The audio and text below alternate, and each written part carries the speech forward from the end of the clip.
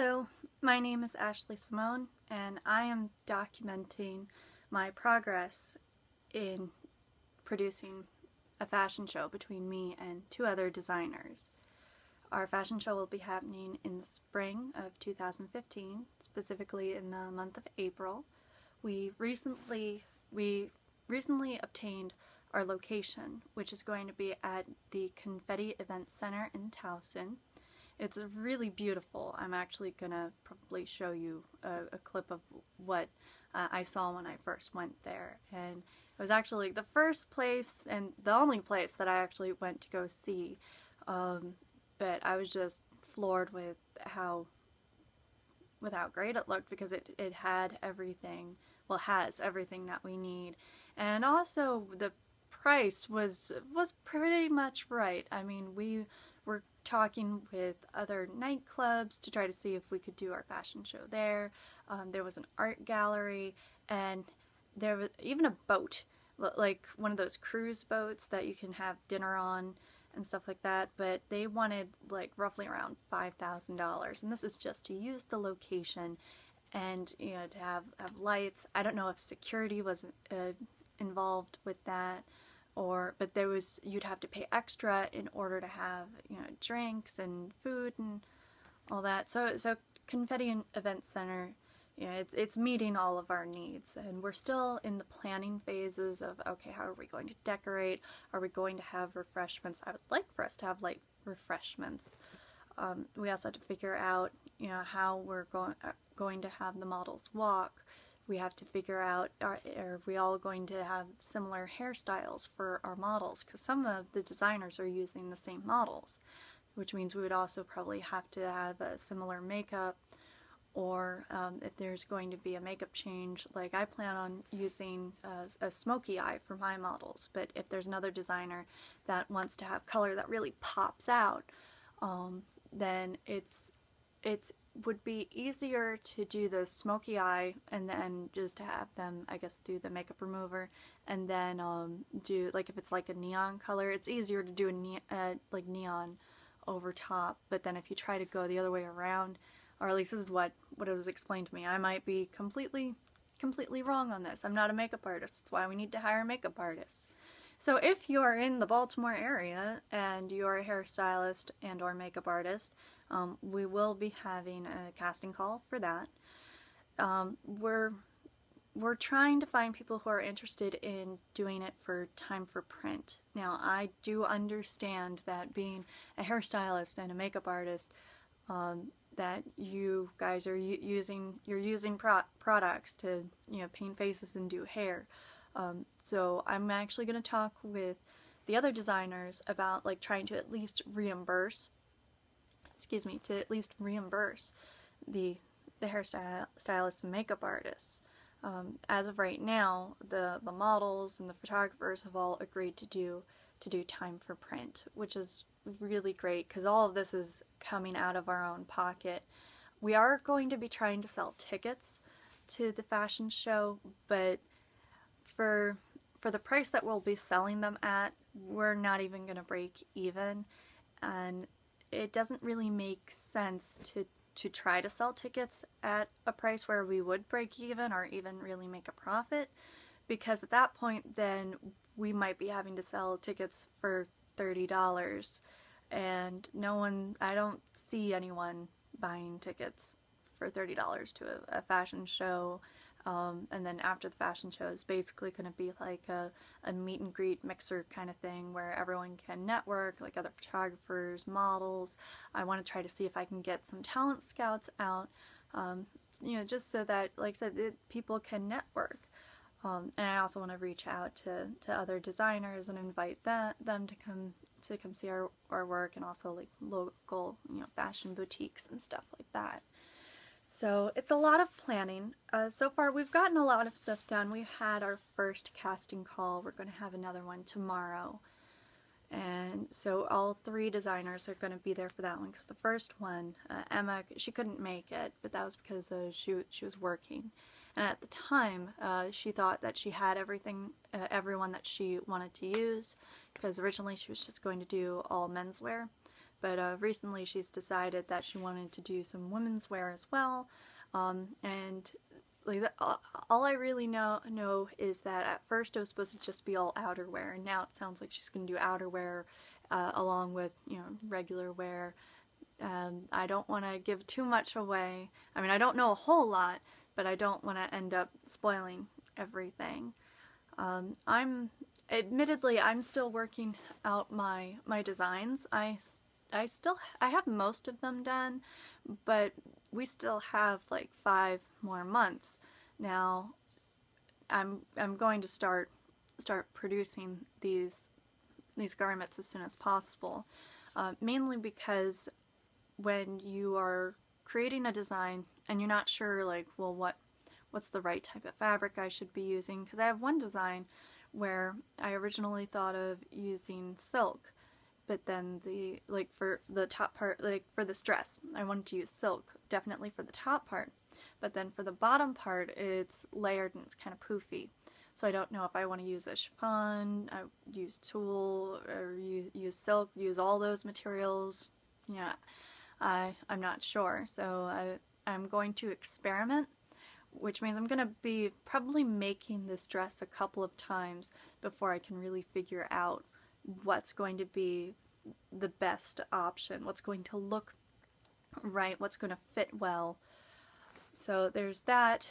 I already have my fabrics, so it's just sitting down and actually cutting everything out, making my flat patterns.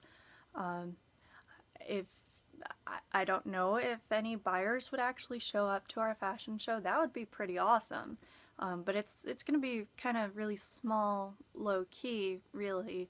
So I don't really see it happen. I see it more as it's going to be a networking event where other people in the area who are, you know, models, designers, photographers, who want to, you know, meet other models, photographers, and designers.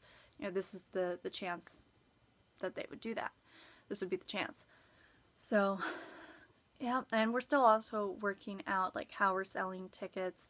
I plan on using Eventbrite, but then one of the other designers asked, well, what if we have people who don't want to purchase online? I was like, well, I mean, like, I guess I can understand it, but then also it's just, I'm worried about not being able to keep track of the ticket sales.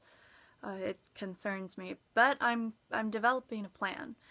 So basically, if like, let's say that a friend of mine wants to buy a ticket, but they don't want to do it online, well, they give me the money, but then I'll go online and buy it through Eventbrite, and then the said friend would have given me their email address, and then I'll just email their ticket that way.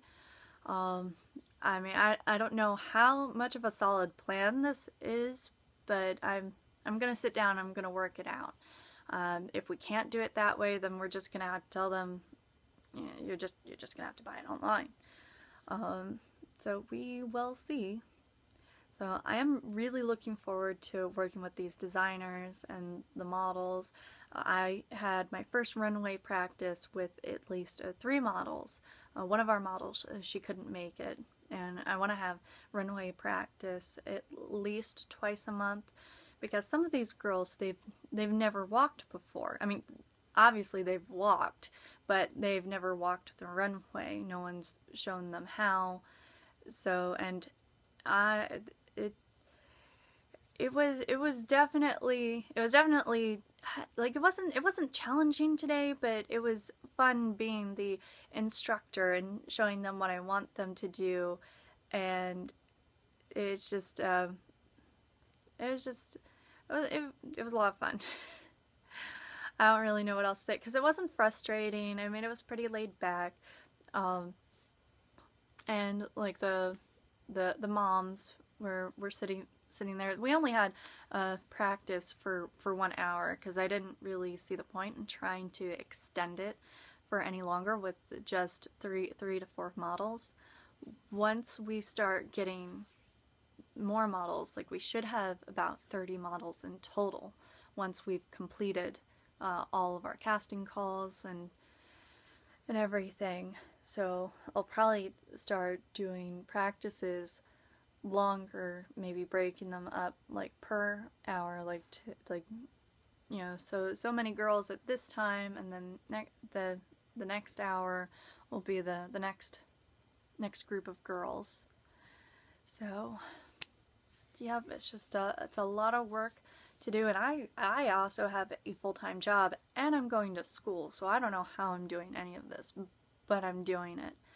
Thankfully, the semester is coming to an end, and next semester I think I'll probably just do one class as opposed to trying to do two and working full-time. So yeah, there's that, what's going on. And next, runway practice. As I haven't gotten confirmation from all the models, but most of the models from today, they've said it was okay for me to go ahead and record runway practice because I want to show our progress. Excuse me.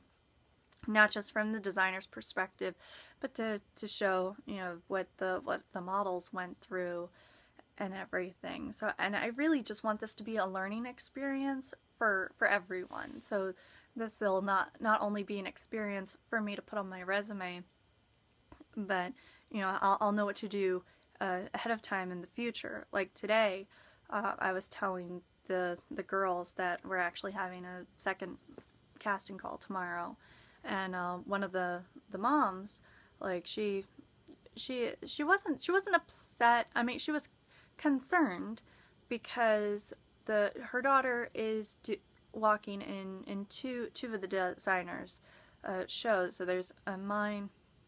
She'll be walking for my line and for another designer, but the third designer was already supposed to have her models, and then recently decided, well, I want to come to the casting call, see if there's anyone else I might pick.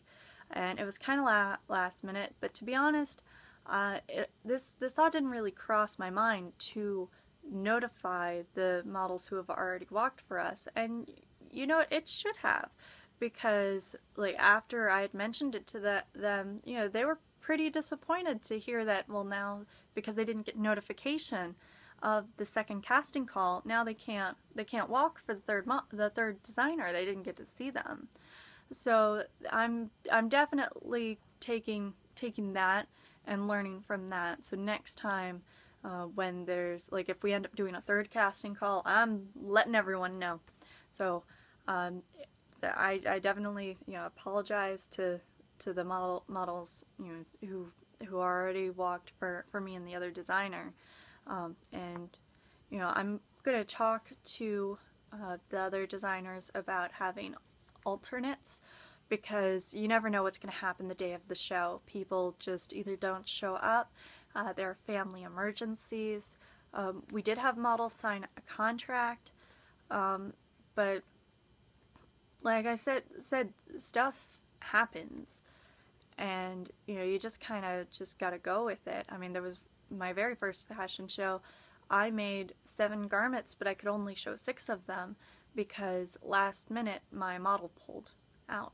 Well, technically the parent pulled the model out. I did a mix of children's wear up to women's wear, and my parents made a recording of it, but we can't figure out how to get it off of the camcorder and onto the computer. So I have a new computer, so I might try to fiddle with that, because I really would love to show that to everyone, because it was my very first fashion show and everything looked gorgeous. So hopefully I'll be posting that soon. This video is a lot longer than I thought it was going to be, and I'm sorry if this was boring or crappy, but I've never really done this before. So thank you for watching, and I'm hoping to show you guys more stuff very soon. So bye!